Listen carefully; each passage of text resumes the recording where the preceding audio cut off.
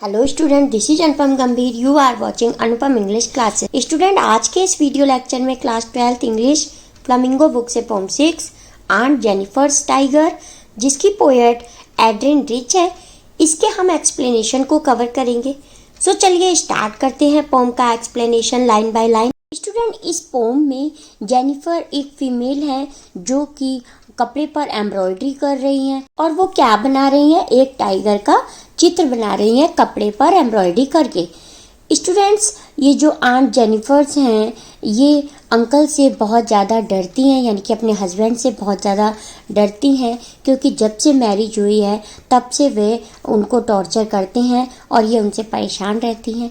Embroidery इनकी hobby है। Embroidery करते हुए ये सोच रही हैं कि जिस प्रकार ये टाइगर अपने फॉरेस्ट में, यानी कि अपने घर में जिस प्रकार मूव करते हैं फ्रीली, उस प्रकार मैं भी मूव करूं।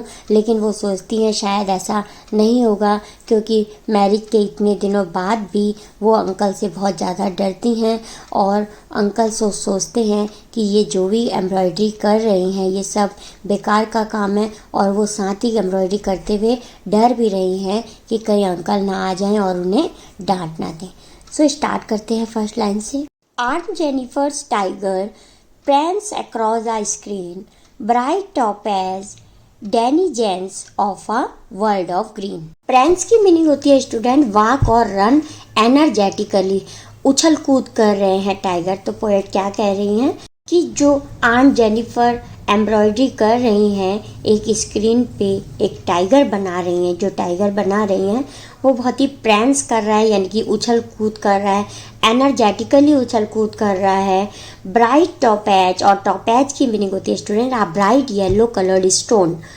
डेनिजेंस, तो वो जो टाइगर बना रही हैं, एम्ब्रॉयडरी कर रही हैं कपड़े पर, वो कैसा है, टॉपैज यानी कि ब्राइट येलो कलर का है, और उसके जो बैकग्राउंड है वो ग्रीन है, क्योंकि फॉरेस्ट भी ग्रीन होता है और उसमें वो एनर्जेटिकली घूमता रहता है टाइगर जो है। तो वैसी एम्ब्रॉयडरी हमारी आंट कर रही हैं।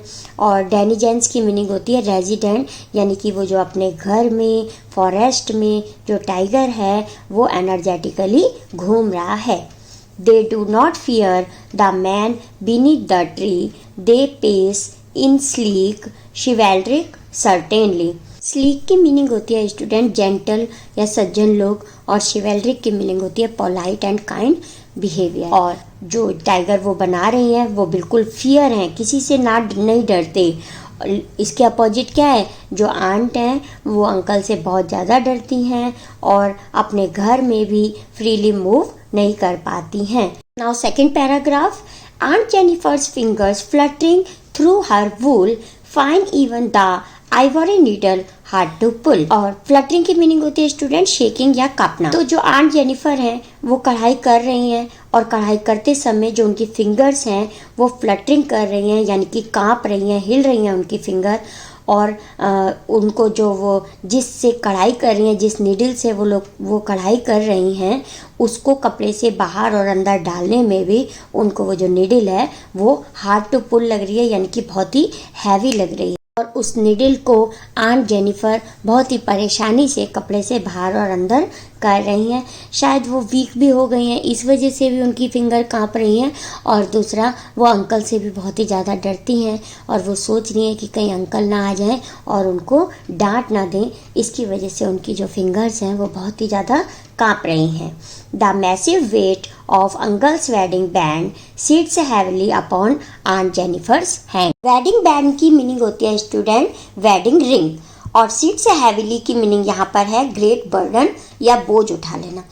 तो आंट कह रही हैं कि मैं जेनिफर से आंट जेनिफर हो गई हूँ, अर्थात मेरी मैरिज को इतने साल हो गए हैं और ये जब से मैंने वेडिंग रिंग पहनी है तब से मुझे ये बहुत ही ज़्यादा बोझा लग रही है, क्योंकि इस रिंग के साथ साथ मेरे सर पे बहुत ही ज़्यादा रिस्पॉन्सिबिलिटी आ गई हैं और मैं अपनी लाइफ अपने तरीके से नहीं जी पा रही हूँ।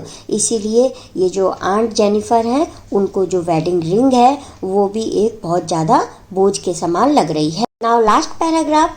When aunt is dead, her terrified hand will lie still ringed with ordeals she was mastered by. Student terrified की मीनिंग होती है फ्राइटेंड, भयाकुल, डरी हुई।